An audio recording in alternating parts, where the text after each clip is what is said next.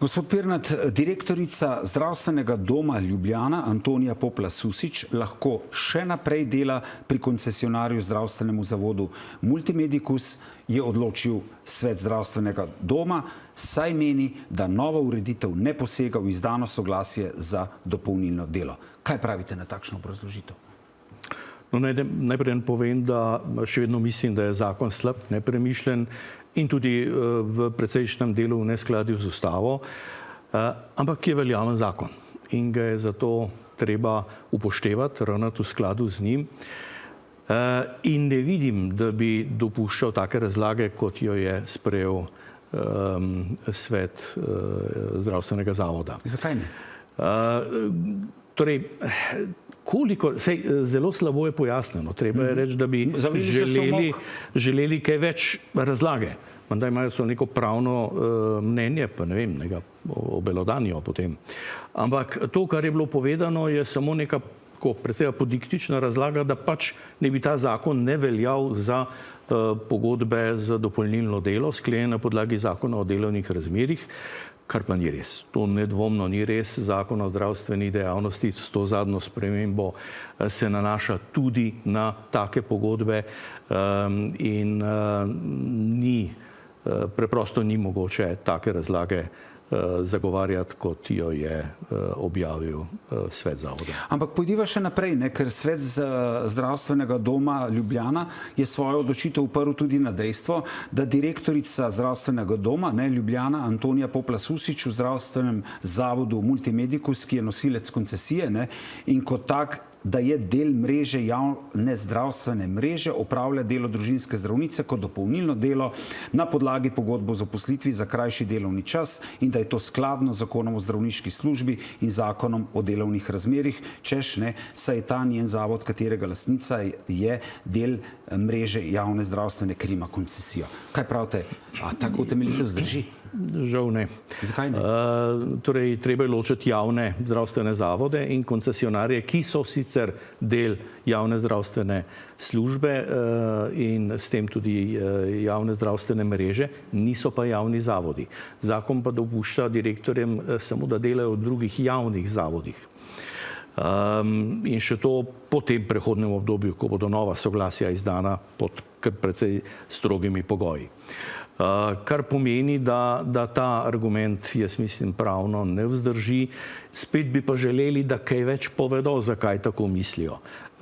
In veste, v pravu je argument vse.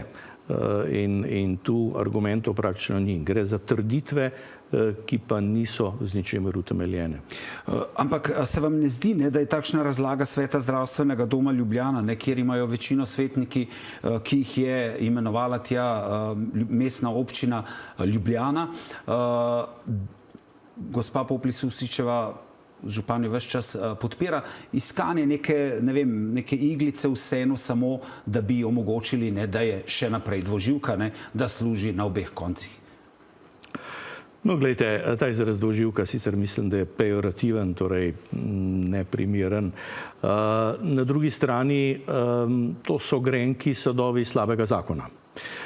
Jaz verjamem, nekako zaupam članom sveta, da so res v stiski, torej da imajo res težavo, kako zagotoviti opravljanje zdravstvenih storitev tistim pacientom, ki so bili pač pacienti direktorice.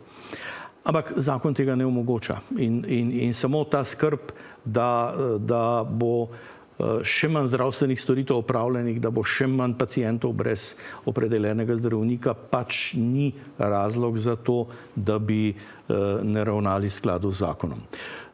Pa celo to, naj pride potem predstavnik sveta in pove, zakaj. V stiski smo, težave imamo, potrebujemo njeno delo v zavodu in menimo, da je kljub temu ga treba obdržati. Še vedno bo to kršitev zakona, ampak vsaj vedeli bomo, v čem in zakaj je bilo to storjeno. Tako pa se mi zdi, da je zdaj nekako to tudi, kako bi rekel, podlaga za take očitke, da je to samo zato, da bo neko služenje. Jaz niti ne verjamem. Jaz zaupam vendarle ljudem, da na tistem delovnem mestu, kjer delajo, poskušajo vendarle ravnati v korist konkretno pač pacientov in tisti, ki so uporabniki storitev.